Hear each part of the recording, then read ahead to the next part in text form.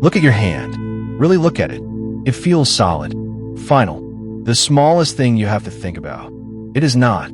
It is a cathedral of empty space, built from pieces so small that the word small stops meaning anything.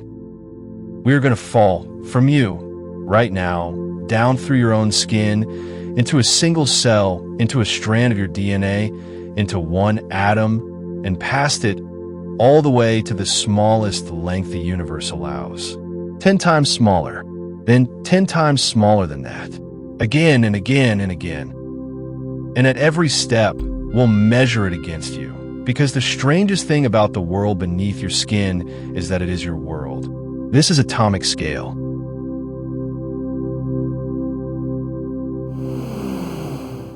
Here you are, about 1 3/4 meters head to foot.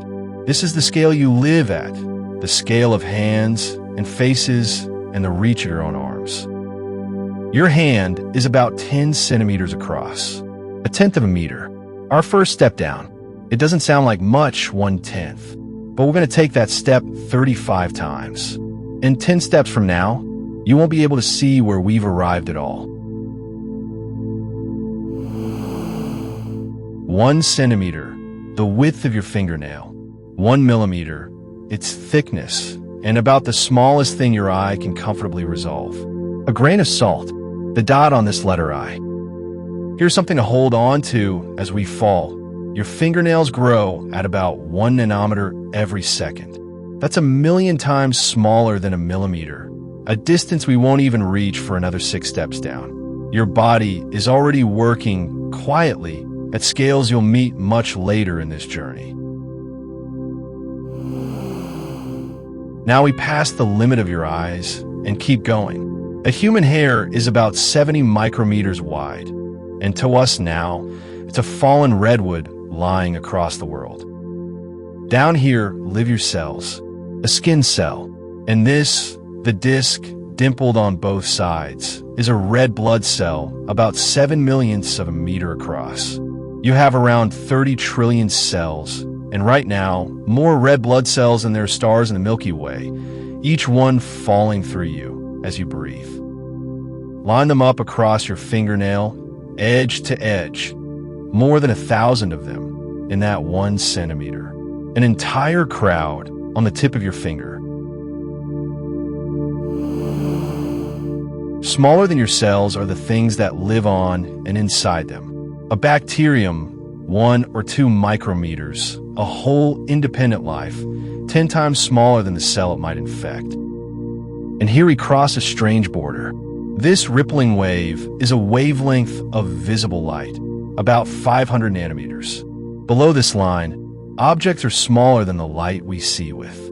No microscope using light can ever bring them into focus. To go deeper, we have to stop seeing and start measuring.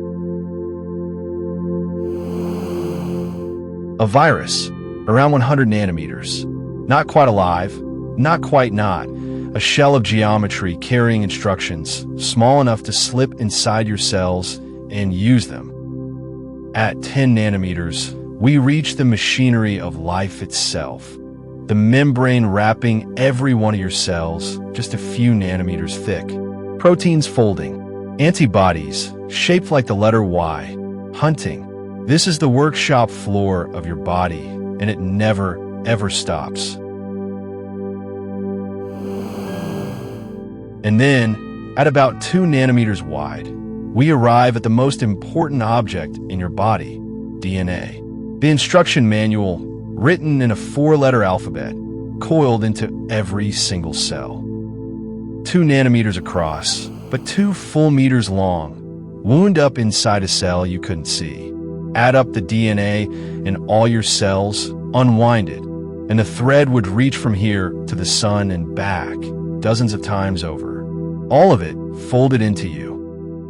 We are now 1 billionth of a meter down, and we are, believe it or not, only 1/3 of the way to the bottom.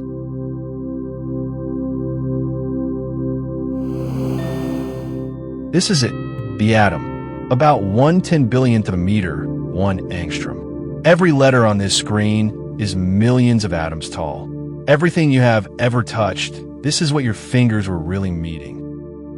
Your body is built from roughly 7 billion of them, a 7 followed by 27 zeros.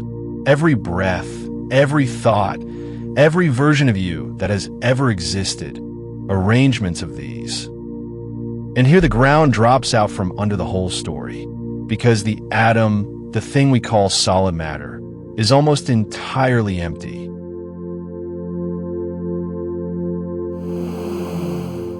If this atom were the size of a cathedral, its nucleus, where nearly all its weight lies, would be a single grain of salt floating at the very center. Everything else is empty.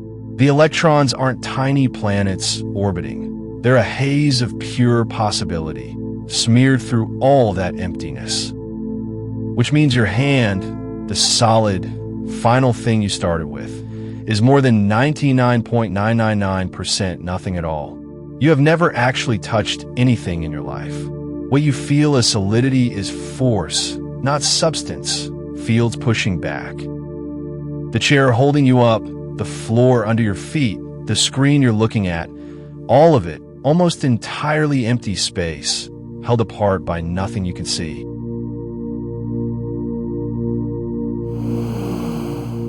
So let's cross that emptiness the way a real particle would, falling from the electron cloud toward the center.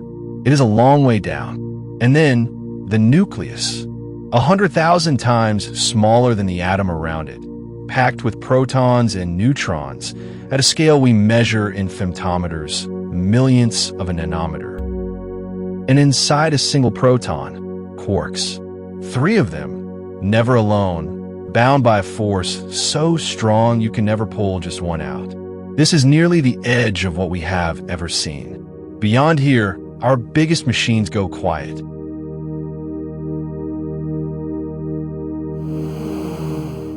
The electron and the quark, as far as every experiment has ever been able to tell, these have no size at all. They are points. We can only say they are smaller than 1,000th of the width of a proton. And that's just the limit of how closely we've been able to look. Below this, the map goes blank. Not because nothing is there, but because we have never been able to reach it. For 20 more orders of magnitude, the ruler keeps falling through the dark, past everything any instrument has ever touched. And finally, here, about 10 to the minus 35 meters is the Planck length, the smallest distance that means anything at all. Try to look closer, and space itself stops behaving like space. Distance dissolves into foam. As far as physics knows, there's no smaller than this. This is the floor of the world. Remember where we began. From your hand to a single atom was 10 steps down. From that atom to here was 25 more. When we reached the atom, we thought we had arrived. We were barely a third of the way.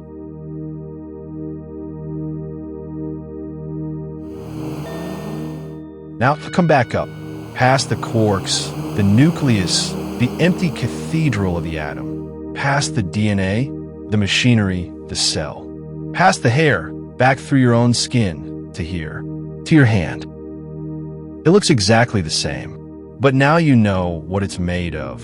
Almost nothing, arranged with almost unimaginable precision, 35 orders of magnitude of structure folded into something you can close into a fist.